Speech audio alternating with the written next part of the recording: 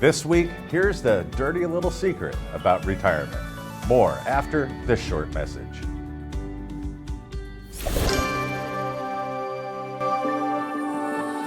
Building relationships is the way Mutual of Omaha has grown into one of the leading financial services companies in the world. Our reverse mortgage wholesale division is proud to carry on this 100-plus year tradition. To your borrowers, a reverse mortgage is more than a transaction. It's a promise of a better, more stress-free life. Our goal is to provide you, our valued client, with the best service and support possible so you can focus on helping your borrowers achieve the retirement of their dreams. It can be said that older Americans are a good barometer of the recent shift in the U.S. economy. They're retiring with fewer assets, they're struggling to meet the cost of living due to inflation, and living much longer. But that's not all. Next Avenue reveals just how bad the problem is. Consider this. The number of Americans 75 and older with a mortgage balance has tripled since 1998.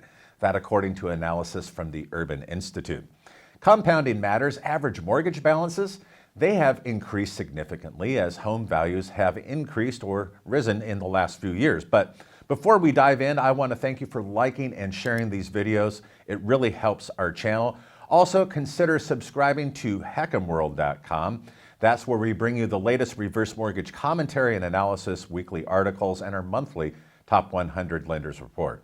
3.5 million Americans over the age of 60 hold $125 billion in student loan debt alone, despite former President Biden's loan forgiveness programs.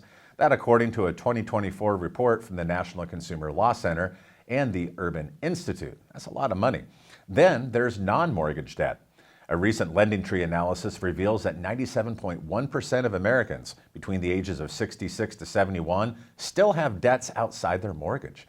Now, the study shows that retirement age adults across the 50 largest metros carry a median balance of about $11,000 in non-mortgage debt, of which approximately 1/3 are auto loans and another third are from credit card balances. Only 15% still have active student loans. Sadly, many carrying debt into retirement are also carrying a sense of shame for getting into this predicament in the first place. But most shouldn't. It's essential to put aside shame and blame and consider the greater economic forces at work here in order to address the problem individually and on a wider scale.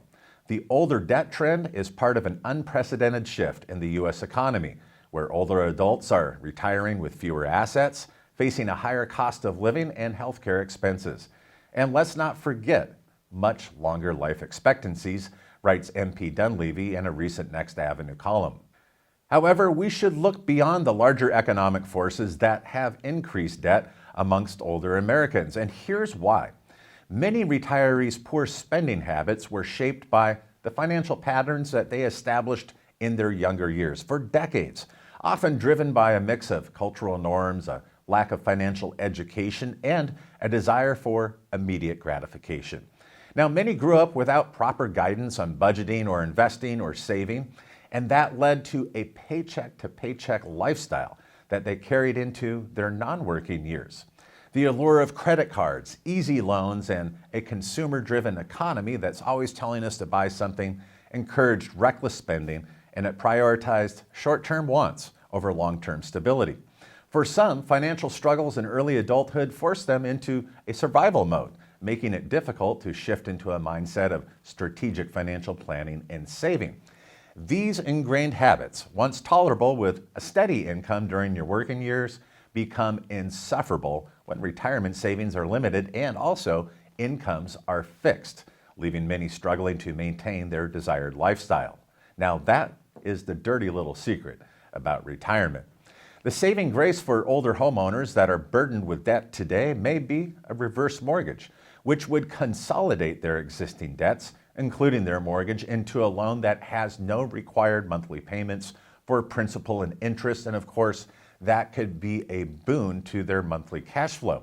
Now, the challenge for these individuals will be not to fall back into the ingrained habits that may have left them cash poor in the first place. Now, what are your thoughts? You can leave your comments in the comment section below. Again, please share this video on LinkedIn with other professionals you feel would benefit. As we mentioned earlier, we have a YouTube channel. Be sure to subscribe. And each and every week, we bring you the latest reverse mortgage news in our weekly podcast. HECM World Weekly, we have both a video and audio podcast edition.